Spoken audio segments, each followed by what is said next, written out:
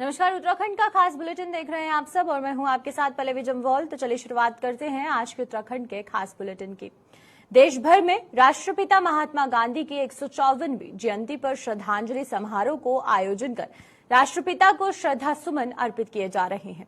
देहरादून में भी गांधी पार्क में गांधी जयंती पर श्रद्धांजलि समारोह का आयोजन किया गया, जिसमें मुख्यमंत्री पुष्कर सिंह धामी ने राष्ट्रपिता महात्मा गांधी की प्रतिमा पर फूल माला पहनाकर उन्हें श्रद्धांजलि दी।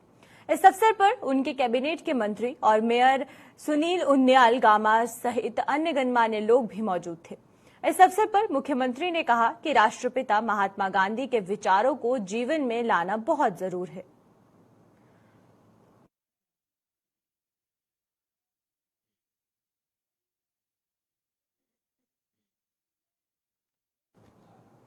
तो चलिए बात करते हैं केदारनाथ यात्रा को लेकर।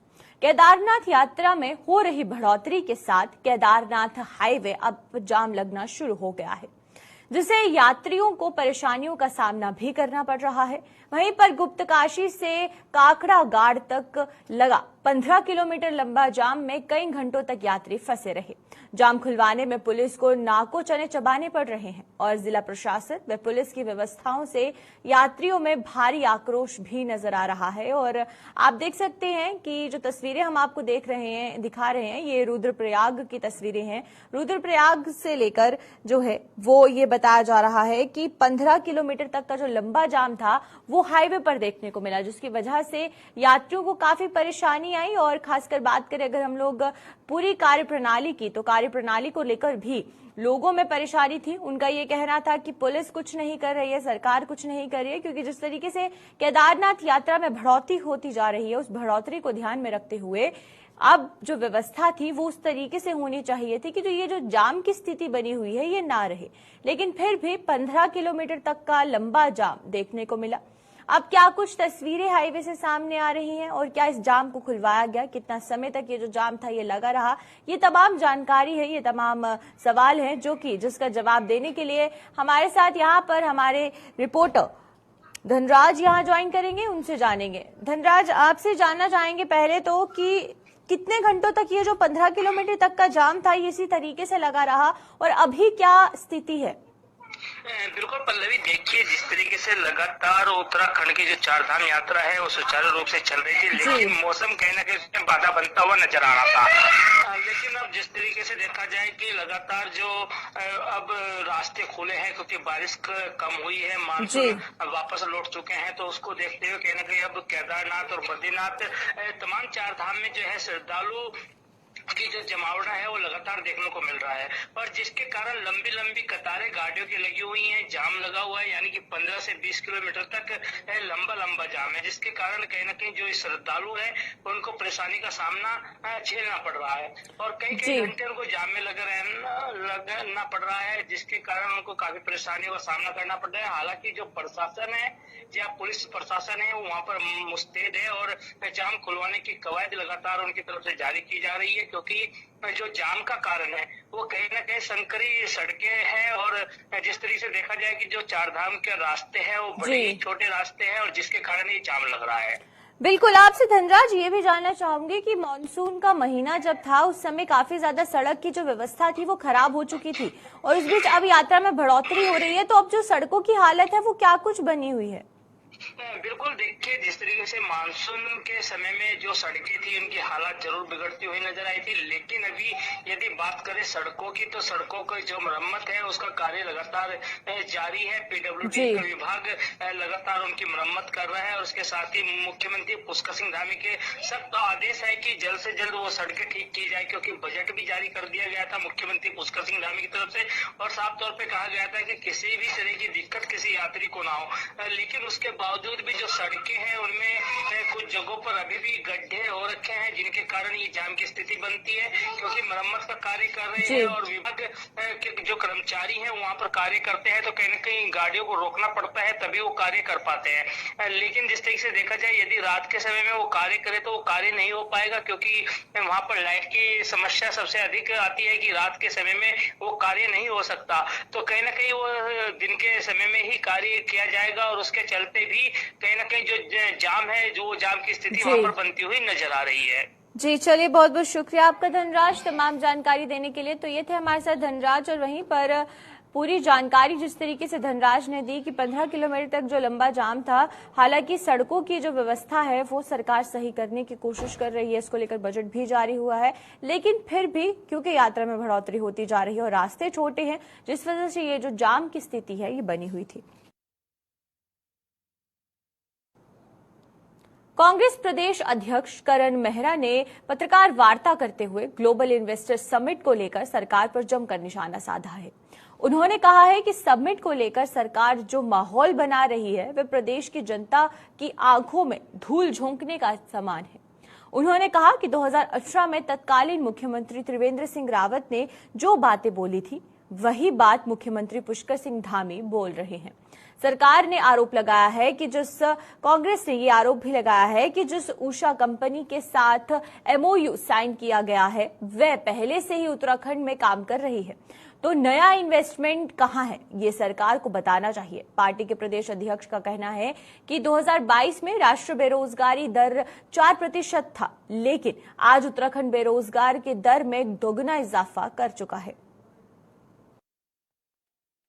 समय में जो इन्वेस्टमेंट मीट हुई या जो भी उस समय कार्यक्रम चले, जो बयान राजनाथ सिंह से लेकर त्रिवेंद्र रावत ने दिए, जिस तरीके से 7 लाख लोगों को रोजगार दिए जाने के बैनर्स और होर्डिंग्स लगाए गए, धामी जी की सरकार में ये कॉपी पेस्ट हो रहा है।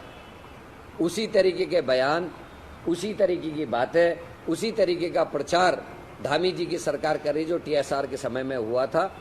और 2.5 लाख रुपए करोड़ के इन्वेस्टमेंट की बात करके आज 24-25 करोड़ के इन्वेस्टमेंट लाकर पीठ ठोकी जा रही है, जिसमें एक कंपनी जो पहले से ही उत्तराखंड में काम कर रही है, रोपवे इत्यादि का काम करती है, जिसका एड्रेस गाजियाबाद का है, उस कंपनी से भी 1000 करोड़ के इन्वेस्टमेंट की बात मुख्यमंत्री ने कही है, जबकि वो पहले से ही उत्तराखंड में काम कर रही है कंपनी, और उसको लाभ पहुंचाने की कोशिश भी सरकार और सरकार के नुमाइंदों द्वारा पहले भी की गई, जिसके विरोध के फलस्वरूप उनका जो करार बढ़ाया जाना था उसको कर्मचारियों को, अधिकारियों को कैंसिल करना पड़ा। आज उसी कंपनी का नाम लेकर मुख्यमंत्री अपने ट्विटर हैंडल से चीजें पोस्ट कर रहे हैं, जो निश्चित ही निराशा देने वाला है।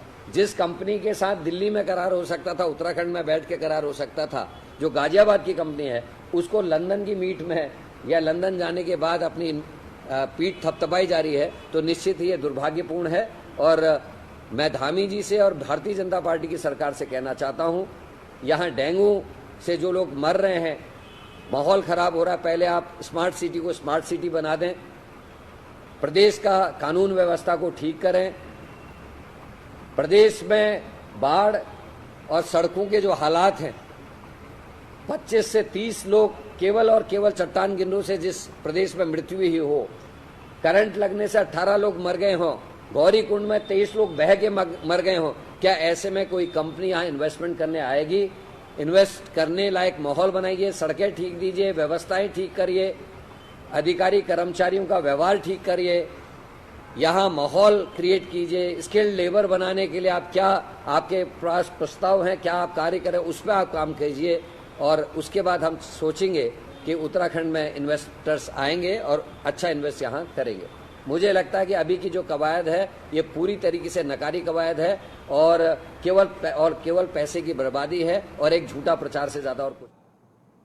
कांग्रेस प्रदेश अध्यक्ष करण मेहरा ग्लोबल इन्वेस्टर समिट को लेकर सरकार पर निशाना साधते हुए उन्होंने कहा है कि इन्वेस्टर समिट के नाम पर सरकार जनता की आंखों में धूल झोंक रही है। कांग्रेस प्रदेश अध्यक्ष के इस बयान पर पलटवार करते हुए बीजेपी प्रदेश अध्यक्ष महेंद्र भट्ट ने कहा है कि मुख्यमंत्री पुष्कर सिंह धामी के द्वारा राज्य में उद्योग स्थापित करने के लिए जो प्रयास कर रहे हैं, कांग्रेस उसे पचा नहीं पा रही है।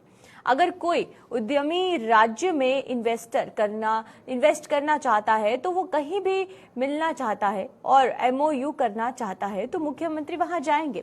रही बात उषा कंपनी की, तो अगर हमारे देश का कोई उद्यमी और उसके विदेशों के उद्योग स्थापित हैं तो वहां पर जाकर अगर हमारे मुख्यमंत्री उससे MOU करके उसका विदेशों में मान सम्मान बढ़ाने का काम करते हैं तो ये सराहनीय कदम है। इसलिए कांग्रेस ने इस तरह के आरोप लगाकर राज्य की प्रगति विरोधी मानसिकता जाहिर करने का काम किया है। देखिए, मुझे लगता है कि मुख्यमंत्री जी के इन्वेस्टमेंट की दृष्टि से जो प्रयास हो रहे हैं, कांग्रेस से पचा नहीं पा रही है, बौखलाहट में। उद्यमी है, उद्यमी जहां मिलना चाहेंगे मेरे मुख्यमंत्री वहां जाएंगे। हमें उद्यम चाहिए, अपने राज्य के अंदर इन्वेस्टमेंट चाहिए, इसलिए उद्यमी के साथ उस पर प्रश्न खड़ा कर कांग्रेस ने अपनी मंशा जाहिर कर दी है। कोई भी कंपनी का मालिक भारतवर्ष का अगर दूसरा प्रश्न, वो भारतवर्ष का उद्योगपति है और विदेशों में उसका उद्योग है, तो मुख्यमंत्री जी ने अगर विदेश की भूमि पर भी उसके मान प्रतिष्ठा को बढ़ाया है तो उसका सम्मान करना चाहिए। इसलिए मैं कह सकता हूं कि कांग्रेस बौखलाहट में, राज्य के विकास की तो उनकी कोई नीति कभी रही नहीं, और जो गति के साथ राज्य के विकास के साथ उसका धांधली प्रयास कर रहे हैं, उस पर प्रश्न खड़ा करके इस राज्य की जनता का कांग्रेस अपमान कर रही है। और आप किस तरह देखते हैं कि आने वाले दिनों में भी आप कुछ दायित्व देंगे? कांग्रेस के पास जब कोई मुद्दा नहीं होता, इस पर इश्यू चलते हैं। हमारे पास आज की तारीख में भी दायित्वधारियों में पुरुष से ज्यादा बहनें हैं। किसी का कार्यकाल चल रहा है, महिला आयोग में है हमारी 3 बहनें हैं, हमारे बाल कल्याण बोर्ड है उसमें 1 बहन है, परसों ने 1 बहन को समर्थन दिया है। तो ये जब मुद्दे नहीं होते, जब बौखलाहट होती है, तो बिना सोचे समझे बोलने का नेचर हो गया कांग्रेस के लोगों का। और जितना सम्मान चाहे संगठन में हो, चाहे सरकारी दायित्व में हो, हमारी सरकार ने दिया है, कांग्रेस कभी दे नहीं सकती। नहीं तो अभी औरों की भी दुकान खुलेगी अभी, और आप 80-100 करोड़ रुपए जो है वो उसको फूके जा रहे हैं, उसको करने में। देखिए, वो विपक्ष में है, विपक्ष के नेता को बिना तथ्यों की बात बोलनी नहीं चाहिए। और मैं कह सकता हूं कि हर प्रकार के सुझाव की एजेंसियां होती हैं, उनके साथ भी एमओयू होता है, एग्रीमेंट से चीजें आगे बढ़ती है। कौन होता है करण मेहरा कहने वाले कि सुझाव नहीं दे रहे? अगर विकास की एक दूरी, विकास का जो दृश्य आज उत्तराखंड राज्य के अंदर दिखाई दे रहा है, सेंटर से अनेकों योजनाओं के लिए बजट आ रहे हैं, अनेकों विषयों पर केंद्रीय मंत्री सहयोग कर रहे हैं, तो उसके लिए कहीं न कहीं सब प्रकार की एजेंसियां अपना मार्गदर्शन भी करती है। मुख्यमंत्री को उसमें निर्णय लेना होता है, इसलिए कम से कम उसका से धार्मिक कार्यों से करण मेहरा बौखलाए ना, अपना भी कोई सुझाव तो दें। श्री हेमकुंड साहिब के कपाट 11 अक्टूबर को बंद हो जाएंगे। कपाट के बंद होने के साथ ही इस वर्ष की यात्रा की भी समाप्ति हो जाएगी। 2 महीने लगातार मौसम खराब रहने के कारण यात्रा पर आने वाले श्रद्धालुओं की मात्रा कम रही, परंतु अब मौसम ठीक होने के बाद श्रद्धालुओं की संख्या भी भारी बढ़ोतरी होती जा रही है। प्रशासन के द्वारा दिए गए आंकड़ों के मुताबिक अब तक 1,60,000 तीर्थयात्री श्री हेमकुंड साहिब के दर्शन कर चुके हैं, और वहीं पर श्रद्धालुओं के लिए पैदल यात्रा मार्ग में सुधार किया गया है तथा मूलभूत सुविधाओं जैसे कि शौचालय, शेड, बेंच, रेलिंग इत्यादि का भी निर्माण किया गया है। ट्रस्ट द्वारा चिकित्सा सुविधा के लिए घारिया तथा हेमकुंड साहिब के मध्य चिकित्सा शिविर की व्यवस्था भी की गई है, और वहीं पर यात्रियों को ठहरने व भोजन की बहुत अच्छी व्यवस्था की गई है। गोविंद घाट के घघरिया से हवाई सेवा की भी नियंत्रण चल रहा है। देवभूमि उत्तराखंड में प्रचलित चारधाम यात्रा के एक पड़ाव जो कि हमारा हेमकुंड साहिब होता है, वहाँ पर इस साल लगभग 1,60,000 श्रद्धालुओं ने वहाँ दर्शन किए हैं, और अभी आने वाले कुछ दिनों में और यात्रा जारी रहेगी, लेकिन 11 अक्टूबर को यह यात्रा समाप्ति की ओर है। इस दौरान 11 अक्टूबर को हेमकुंड साहिब के कपाट बंद हो जाएंगे, उसके बाद यात्रा पर विराम लग जाएगा। अतः हम अनुरोध करते हैं कि जिन भी यात्रियों को, श्रद्धालुओं को दर्शन करने हैं, वह 11 अक्टूबर से पहले आकर के दर्शन का लाभ अर्जित कर सकते हैं।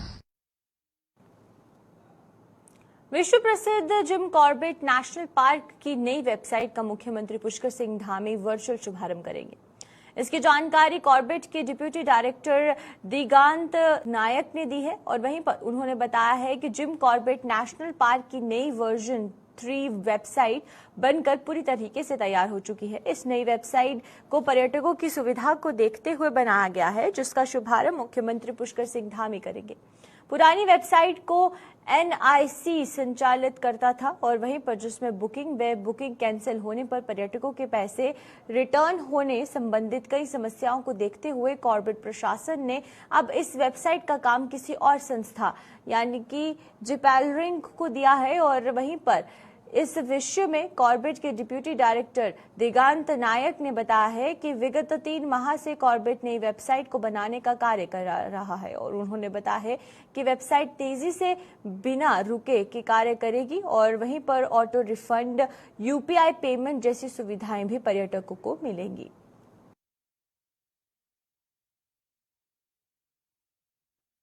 कल हमारा जो वेबसाइट जो बन रही थी प्रक्रिया 3-4 महीने से चल रही है, तो 1 अक्टूबर को इसका लॉन्च हमने रखा है। तो इसमें माननीय हमारे मुख्यमंत्री जी 3:30 बजे इसका लॉन्च करेंगे, देहरादून में ऑनलाइन लॉन्च होगा। उसके बाद हमारा जो भी 2 अक्टूबर से 14 नवंबर तक का टिकट्स जो है वो खुल जाएगा।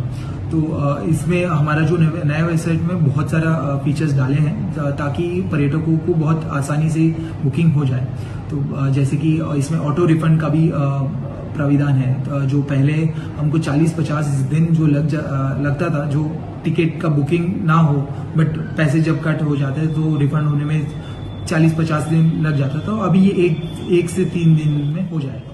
इसके साथ साथ ही हम ये भी ऑप्शंस दिए हैं कि पेमेंट जो है अभी UPI के माध्यम से भी हो सकता है। उसके साथ साथ क्रेडिट कार्ड, डेबिट कार्ड तो होता ही है, नेट बैंकिंग। उसके साथ हमारा UPI के माध्यम से भी कल।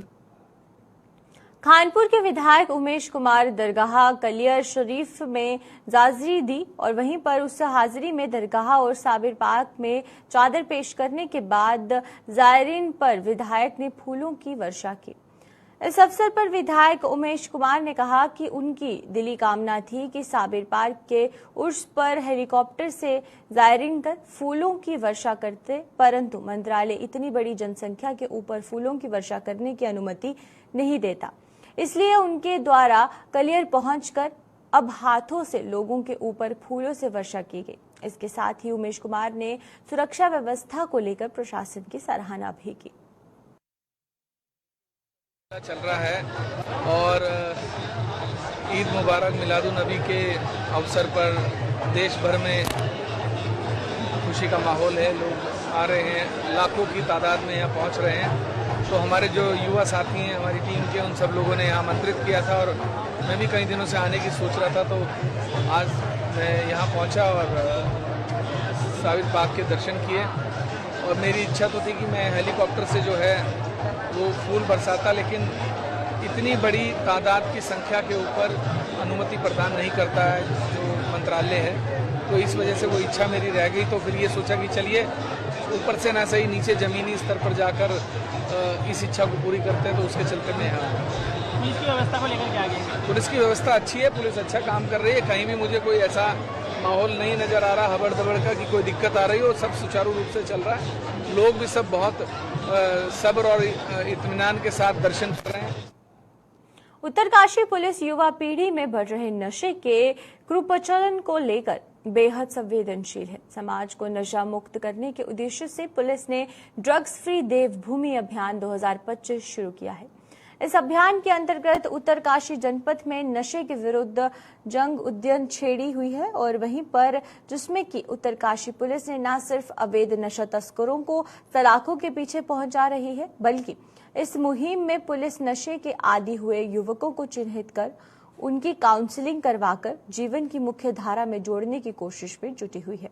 मुहिम उद्यम के अंतर्गत पुलिस नशे की जड़ पर प्रहार करते हुए जनपद के दूरदराज के गांव में ग्रामीणों द्वारा उगाई जाने वाली प्रतिबंधित भांग, अफीम व अन्य नशीले पदार्थों की खेती को नष्ट कर नशे के कारोबार में लिप्त लोगों पर लगातार कार्यवाही कर रही है।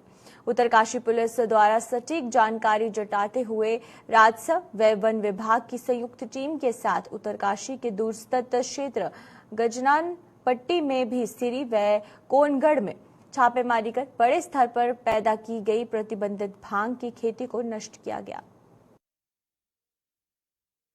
ये माननीय मुख्यमंत्री जी उत्तराखंड की जो पहल है, जो एक मिशन चल रहा है ड्रग देवभूमि बाय 2025 मिशन, उसके अंतर्गत आप विदित हैं उत्तरकाशी पुलिस द्वारा, पुलिस उपाधीक्षक महोदय द्वारा उद्ययन प्रोग्राम चलाया जा रहा है। इसी क्रम में हमने इसमें 2 कल बड़ी कार्रवाई करी है। पहली में हमने ग्राम सिरी जो धौतरी के पास गाजना पट्टी में पड़ता है और दूसरा गांव कोनगढ़, इन दोनों गांवों में एक ज्वाइंट ऑपरेशन किया। हमने पुलिस विभाग ने वन विभाग के साथ और राजस्व विभाग के साथ मिलकर लगभग 100 व्यक्तियों की टीम बनाई और एक प्लानिंग के तहत हम वहां गए और हमने वहां पर लगभग 300 से 350 नाली के लगभग भूभाग पर जो पैदा हुई भांग थी उसको खेती को नष्ट किया है। तो ये एक बड़ी कार्रवाई है। इतने बड़ी पैमाने पर एक दिन में कार्रवाई भांग पर अभी तक नहीं हुई है। दूसरा कार्रवाई हमने जो थाना क्षेत्र मोरी है इसमें 2 अभियुक्तों को 1 किलो 816 ग्राम चरस के साथ बरामद किया है। इसमें इंडिविजुअली उनके पास 906 ग्राम और 910 ग्राम चरस होना पाया गया था। इसमें मामले का संज्ञान लेकर तुरंत कार्रवाई की गई है और इसमें मुकदमा पंजीकृत किया गया है। देहरादून के कैंट विधानसभा में आयोजित वोटर चेतना अभियान आयोजन किया गया, जिसमें कि कैंट विधायक सविता कपूर ने कार्यकर्ताओं से बूथ स्तर पर मतदाताओं को जागरूक करने के लिए जुट जाने को कहा। उन्होंने कहा कि केंद्र व राज्य सरकारों की योजनाओं के संबंध में कार्यकर्ताओं को घर घर जाकर जानकारी देने के साथ मतदान के प्रति भी उन्हें जागरूक करना है और इसके अलावा जो युवा अभी 18 साल की आयु पर पूरी कर चुके हैं उन्हें भी मतदाता सूची में अपना नाम दर्ज करवाने के लिए प्रेरित करने का काम कार्यकर्ता करेंगे।